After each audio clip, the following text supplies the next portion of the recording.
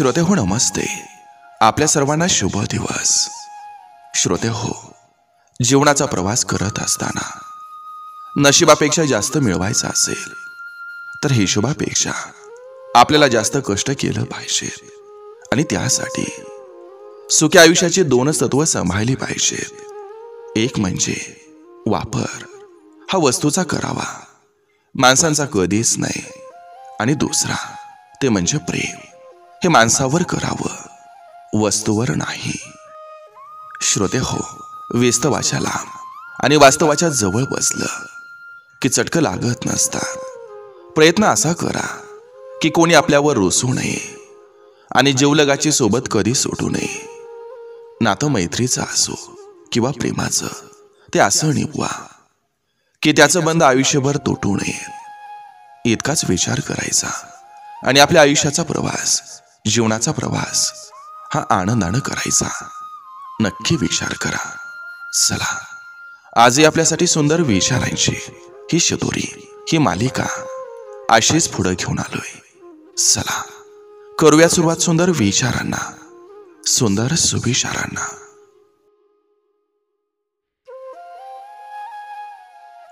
स्वतःच्या प्रगतीवर सगळ्यात जास्त लक्ष द्या, कारण आजकालची दुनिया तुम्हाला पुढे जाण्यासाठी नाही तर मागे खेचण्यासाठी जास्त प्रयत्नशील आहे. मग ते सख्य असो किंवा परके.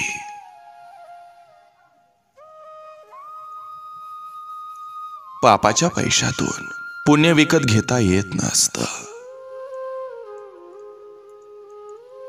अपेक्षा संपल्या की मन शांत आणि हलकं होतं. कुटुंबाचं प्रेम आणि मित्रांची सोबत ही संपत्ती प्रतिष्ठेपेक्षा खूप मोठी असते.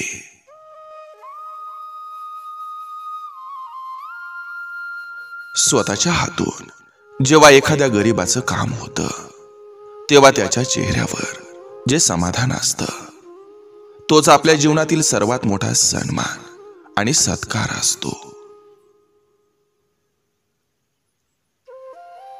यश एका दिवसात मिळत नसतं, पण एक दिवस नक्की मिळत असतं.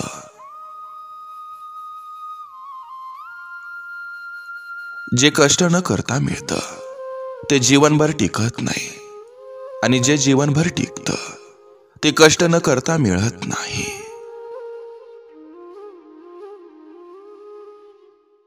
लक्षात ठेवा, ज्या लोकांनी तुम्हाला खराब वागणूक दिली, जाणून बुजून त्रास दिलाय, तीच वागणूक त्यांना द्यायला कधीच घाबरू नका. शेवटी त्यांना त्यांची लायकी दाखवून द्यावी लागते.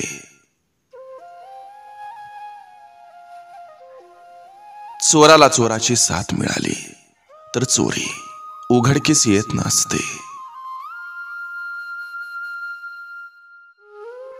भाकरी ही दोन्ही बाजूनी भाजली तरच ती छान लागते.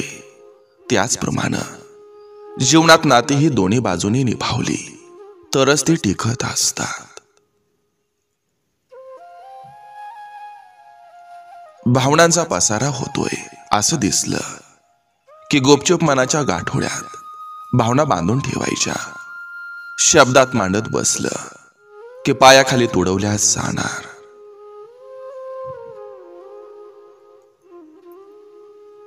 वर्तमान काळ हा बोलायचा नसतो, तो जगायचा असतो.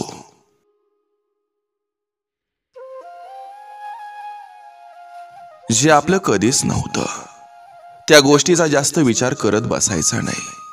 सापडलं होतं परत हरवलं असं म्हणून तिथल्या तिथंच विषय सोडून द्यायचा.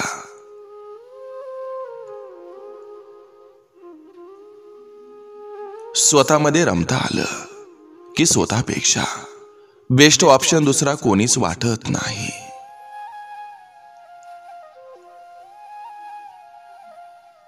लाडावून वाढवलेली मुलं ही मोठी झाल्यावर आपल्या आई वडिलांचा लाड करत नाहीत, पण घडवून वाढवलेली मुलं मोठी झाल्यावर आपल्या आई वडिलांना दैवत मानतात.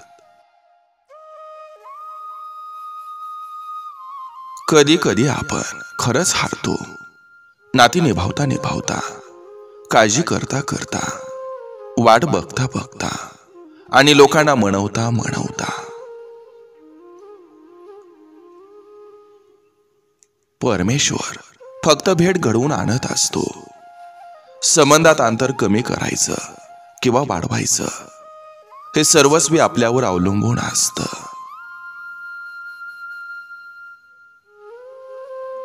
प्रामाणिक व्यक्तीला गरज संपल्यावर नाकारलं जातं. मिठीने सुटणाऱ्या गोष्टी शब्दांनी सुटत नसतात.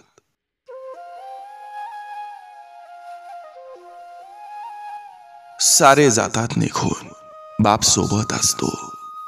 संकटात जणू पाठीशी विठू उभा असतो.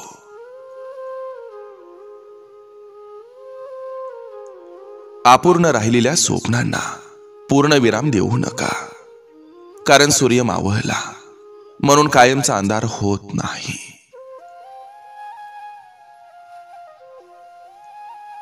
कानानं ऐकलं तर फक्त शब्दांचा आवाज येतो, परंतु मनानं ऐकलं तर शब्दांचा अर्थ समजतो.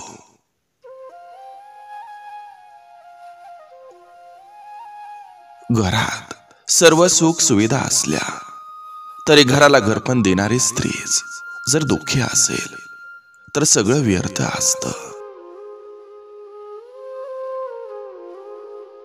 दुःख आयुष्य संपवत नाही, आयुष्याला नवा अर्थ देतं.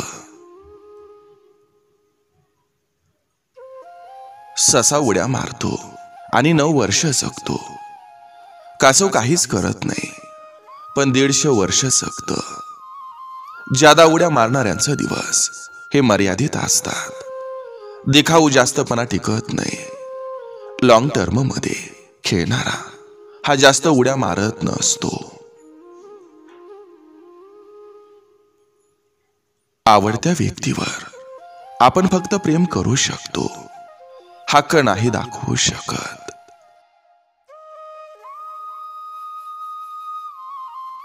अपमानाचा बदला खरं तर घेऊच नाही, कारण अपमान ज्यानं केला त्यानं त्याची पातळी आणि त्याच्या विचारांचा दर्जा दाखवून दिलेला असतो.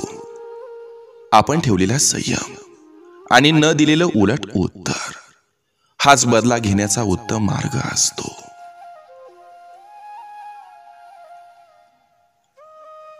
साध्या सरळ स्वभावाची, दुसऱ्यावर सहजपणे विश्वास ठेवणारी, दुसऱ्याला पटकन माफ करणारी माणसं ही काही मूर्ख नसतात, तर परमेश्वरानं त्यांना सगळ्यात मोठा खजिना दिलेला असतो, तो म्हणजे त्यांचं पवित्र मन.